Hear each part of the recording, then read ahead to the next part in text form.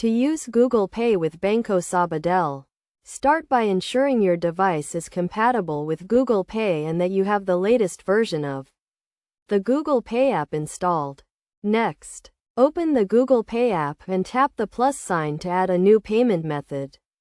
Select Banco Sabadell from the list of available banks and enter your Banco Sabadell account details to link your account. You will then receive a verification code from Banco Sabadell, which you must enter into the Google Pay app to complete the linking process. Once your account is linked, you can add your Banco Sabadell credit or debit card to Google Pay by taking a photo of the card or manually entering the card details.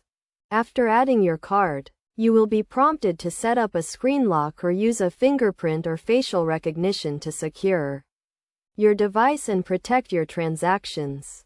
With your Banco Sabadell card added to Google Pay, you can now make contactless payments in stores, online, or in apps. To make a payment, simply wake up your device and hold it near the contactless payment terminal. You can also use Google Pay to make online purchases or in-app purchases by selecting Google Pay as your payment method. Banco Sabadell provides a secure and convenient way to manage your finances. And using Google Pay with your Banco Sabadell account simplifies your daily transactions.